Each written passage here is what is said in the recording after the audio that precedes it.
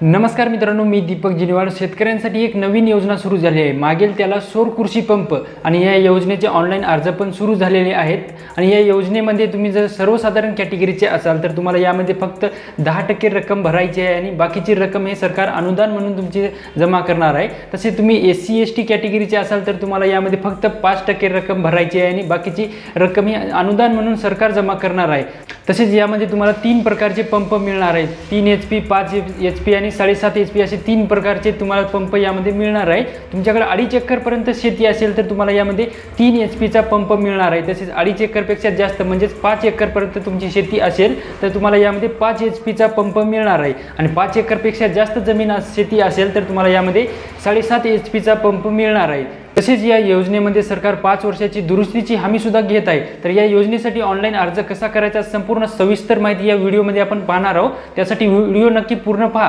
चॅनलवर नवीन असाल तर चॅनलला सबस्क्राइब करा, कारण अशाच प्रकारचे व्हिडिओ या चॅनलवर तुम्हाला बघायला मिळणार आहेत। तर चला तर मित्रांनो, या व्हिडिओला सुरुवात करूया। मित्रांनो, सर्वात अगोदर तुम्हाला या वेबसाईटवर यायचं आहे। या वेबसाईटचं नाव इथे पाहू शकता तुम्ही, mahadiscom.in/solar। या वेबसाईटची डायरेक्ट लिंक तुम्हाला डिस्क्रिप्शन बॉक्समध्ये मिळून जाईल।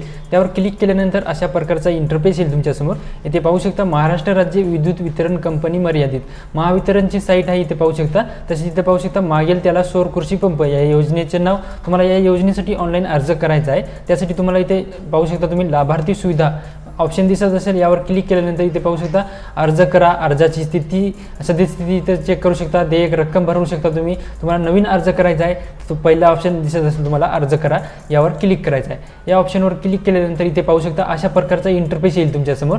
तुम्हाला हे जे पहिला पॅराग्राफ दिसत असेल या पहिल्या पॅराग्राफमध्ये तुम्हाला काहीही भरायचं नाही। तुम्हाला जे 2 नंबरचा ऑप्शन पॅराग्राफ दिसत असेल यामध्ये तुम्हाला माहिती भरायची आहे। अर्जदाराचे वैयक्तिक आणि जमिनीचे तपशील ऑप्शन दिसत असेल, यामध्ये तुम्हाला तुमची माहिती भरून घ्यायची।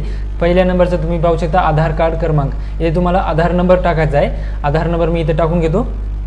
अशा प्रकारे तुम्हाला आधार नंबर टाकून घ्यायचा आहे। आधार नंबर टाकल्यानंतर योजनेचे नाव इथे पाहू शकता मागेल त्याला सौर पंप इथे दाखवत असेल। त्यानंतर इथं जिल्हा तुम्हाला निवडायचा आहे, यावर क्लिक करायचा आहे। यावर क्लिक केल्यानंतर इथं तुम्ही तुमचा जिल्हा सिलेक्ट करून घ्यायचा आहे। इथे जिल्हा सिलेक्ट करून घेतो। जिल्हा सिलेक्ट केल्यानंतर इथे पाहू शकता तालुका इथे सिलेक्ट करायचा आहे, यावर क्लिक करायचा आहे। इथून तालुका तुमचा सिलेक्ट करून घ्यायचा आहे। त्यानंतर इथे गावाचे नाव इथं यावर क्लिक करायचं आहे, तुमचं गावाचं नाव इथून सिलेक्ट करून घ्यायचं आहे। इथे पाहू शकता अशा प्रकारे गावाचं नाव सिलेक्ट करून घ्या। त्यानंतर इथे पाहू शकता मुख्य सर्वेक्षण क्रमांक, तुमचा गट नंबर, शेतीचा जे गट नंबर आहे तुम्हाला ते गट नंबर टाकून घ्यायचा आहे। अशा प्रकारे गट नंबर टाका। त्यानंतर इथं उपगट क्रमांक याच्यावर क्लिक करायचा आहे, यावर क्लिक केल्यानंतर ऑटोमॅटिक इथं नंबर येऊन जाईल, त्यावर क्लिक करायचं आहे। त्यानंतर इथे पाहू शकता शेतीचा प्रकार, इथं शेतीचा प्रकार निवडायचा आहे। हे सिलेक्ट ऑप्शनवर क्लिक करायचं। इथून 2 प्रकार दिसत असेल, सेल्फ आणि शेड। सेल्फ असेल तर सेल्फ सिलेक्ट करायचं, शेअर असेल तर शेअर सिलेक्ट करायचं। इथे सेल्फ मी सिलेक्ट करतो, स्वतःची जमीन आहे। तर त्यानंतर इथे पाहू शकता जमीन मालकाचे नाव इथे सिलेक्ट करायचं आहे, यावर क्लिक करायचं आणि इथून जमीन मालकाचे नाव सिलेक्ट करून घ्यायचं आहे। इथे पाहू शकता अशा प्रकारे सिलेक्ट करून घेतो। त्यानंतर इथं ऑटोमॅटिक एकूण क्षेत्रफळ इथे दाखवले जाईल, इथे पाहू शकता। त्यानंतर इथं पाहू शकता अर्जदाराचे नाव तुम्हाला टाकून घ्यायचं आहे। इथं अर्जदाराचे मी नाव टाकून घेतो। अशा प्रकारे तुम्हाला अर्जदाराचे नाव टाकायचे। पहिल्या रकान्यात इथं पाहू शकता अर्जदाराचे नाव, त्यानंतर इथं वडिलाचे नाव टाकायचं। त्यानंतर इथे पाहू शकता 3 नंबरच्या ऑप्शनमध्ये इथे तुम्हाला आडनाव टाकून घ्यायचं। त्यानंतर इथं खाली आल्यानंतर इथं पाहू शकता लिंग इथं निवडून घ्यायचं आहे। सिलेक्ट या ऑप्शनवर क्लिक करून मेल फिमेल इथून निवडून घ्यायचं आहे। इथे मेल करतो मी। त्यानंतर जात वर्गवारी, इथं जात वर्गवारी सिलेक्ट करून घ्यायचं आहे। SC ST OBC जनरल जे पण आहे तुम्ही इथून सिलेक्ट करून घ्यायचं। अशा प्रकारे सिलेक्ट केल्यानंतर इथं भ्रमणध्वनी क्रमांक इथं पाहू शकता तुमचा मोबाईल नंबर इथं टाकायचा आहे।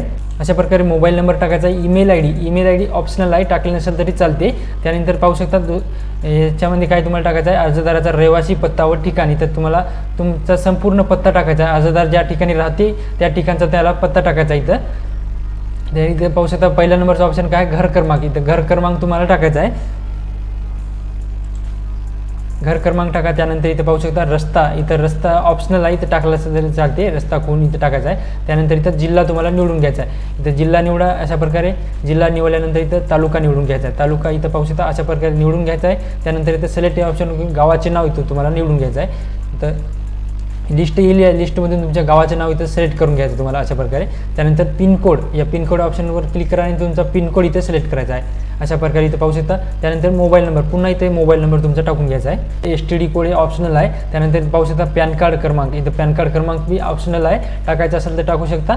त्यानंतर इथं खाली आल्यानंतर इथं पाहू शकता जलस्रोत आणि सिंचन माहिती, इथं पाहू शकता जलस्रोत आणि सिंचन माहिती इथं लिहायची आहे, तुम्ही टाकायची आहे. जलस्रोत प्रकार इथे निवडायचा. त्यानंतर इथं पाहू शकता याच्यावर क्लिक करायचं आहे. इथून तुम्हाला निवडायचं आहे तुमचं विहीर आहे की बोरवेल आहे, इथं तुम्हाला निवडायचं आहे. अशा प्रकारे इथं पाहू शकता इथं मी सिलेक्ट करतो. अशा प्रकारे तुमचं निवडून घ्यायचं आहे, तुम्हाला विहीर आहे की बोरसाठी तुम्ही अर्ज करता. इथं सिंचन प्रकार, त्यानंतर इथं सिंचन प्रकार इथं निवडायचा आहे. याच्यावर क्लिक करायचं आहे. इथं मायक्रो पाईपनं तुम्ही पाणी देता, कसा पाईप प्रकारे तुम्ही पाणी सिंचनाचा प्रकार तुमचा कसा प्रकारचा आहे इथे निवडून घ्यायचा आहे. इथे मी पाईप करून घेतो. त्यानंतर इथं पाहू शकता पाण्याची गुणवत्ता निवडा. इथं याच्यावर क्लिक करायचं. तुम्हाला हार्ड आहे की तुमचं पाणी सॉफ्ट आहे, इथं पाण्याची गुणवत्ता आहे ते तुम्हाला निवडून घ्यायचे. सॉफ्ट इथं मी करून घेतो अशा प्रकारे. त्यानंतर इथं जलस्रोत खोली, तुमचं बोर असेल तर बोराची तुमची बोरवेलची तुमच्या खोली किती आहे इथे टाकायची आहे तुम्हाला. तशी विहीर असेल तर विहिरीची खोली किती आहे फुटामध्ये इथं टाकायची आहे तुम्हाला. अशा प्रकारे तुम्हाला इथं खोली इथं फुटामध्ये टाकायची आहे. अशा प्रकारे टाकून घेतो मी. त्यानंतर इथं पावसाळी हंगाम जलस्रोत खोली, पावसाळ्यामध्ये त्या बोरला किती फुटावर पाणी असते इथं तुम्हाला टाकायचं आहे. इथं पाहू शकता अशा प्रकारे मी टाकून घेतो. त्यानंतर इथं पाहू शकता उन्हाळी हंगामात जलस्रोत खोली, तुम्ही उन्हाळ्यामध्ये तुमच्या बोरला किती फुटावर पाणी असते इथं टाकायचं आहे तुम्हाला. अशा प्रकारे निवडून घ्या. त्यानंतर विद्यमान शेततलाव, विद्यमान म्हणजे शेततलाव आहे का इथं निवडायचं आहे. इथं नो करायचं आहे तुम्हाला. इथं तुमच्याकडे शेततलाव असेल तर येस करायचं, नसेल तर नो करून घ्यायचं. मी नो करतो. त्यानंतर इथं पाहू शकता इथं कूपनलिका रुंदी, इथं तुमच्या बोरची विहीर असेल तर विहिरीची रुंदी किती आहे, बोरवेल असेल तर बोरवेलची रुंदी किती आहे इथं टाकून घ्यायची तुम्हाला. हे ऑप्शनल आहे, टाकेल नसलं तरी चालते. त्यानंतर इथे पाहू शकता खाली आल्यानंतर कृषी तपशील, इथं तपशील निवडायचा आहे. यावर क्लिक करायचं आहे. खरीप हंगाम इथं निवडायचा आहे. खरीप हंगामामध्ये तुम्ही किती पिकं घेता याचं निवडायचं तुम्हाला. इथं 2 टाकतो मी. त्यानंतर इथं रब्बी हंगाम निवडायचा. रब्बी हंगाम निवडल्यानंतर इथं किती तुम्ही पिके घेतली इथं निवडायचं आहे तुम्हाला. मागील इथं दाखवलेलं असेल शेवटचा ते शेवटचा वर्ष तुम्ही कोणकोणती पिकं किती प्रकारचे पिकं घेतली इथं तुम्हाला निवडायचं आहे. त्यानंतर खाली यायचं आहे विद्यमान पंप तपशील, इथं तुम्हाला विद्यमान तुमच्याकडे पंप आहे का इथं निवडायचं आहे. विद्यमान पंप नाही, तुम्हाला नवीन पंपासाठी अर्ज करायचा आहे. इथे तुम्हाला नो करून घ्यायचं आहे. नो केल्यानंतर इथे तुम्हाला काही माहिती भरायची गरज नाही. त्यानंतर खाली यायचं आहे तुम्हाला आवश्यक पंप तपशील, इथे यावर क्लिक करायचं. आवश्यक पंप प्रकार इथं निवडायचा आहे. याच्यावर क्लिक केल्यानंतर DC पंप इथे दाखवायचा आहे. DC पंप निवडायचा आहे.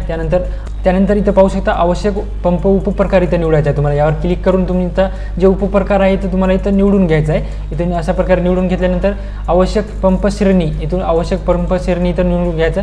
वॉटर क्लिक करायचं. त्यानंतर इथं पाहू शकता HP आवश्यक पंप, इथं तुमचं आवश्यक पंप इथं निवडून घ्यायचा आहे तुम्हाला. जे तुमच्या शेतीनुसार इथं तुम्हाला पंप मिळणार आहे. तुमची 2.5 एकरपर्यंत शेती असेल तुम्हाला 3 HPचा पंप मिळणार. तसेच 2.5 ते 5 एकर शेती असेल तर तुम्हाला इथं 5 HP पंप मिळणार आहे. तसेच इथं पाहू शकता 5 एकरच्या वरी शेती असेल तुमची जास्त असेल तर तुम्हाला 7.5 HPचा पंप मिळणार.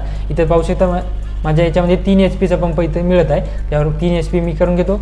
त्यानंतर इथं पाहू शकता आवश्यक पाणी उपसा लिटरमध्ये इथं टाकून घ्यायचं आहे. त्यानंतर तुम्हाला बँक तपशील इथं टाकायचा आहे. बँक तपशील टाकण्यासाठी इथं पाहू शकता बँक खाते क्रमांक, इथं खाते क्रमांक अकाउंट नंबर टाकायचा आहे तुम्हाला.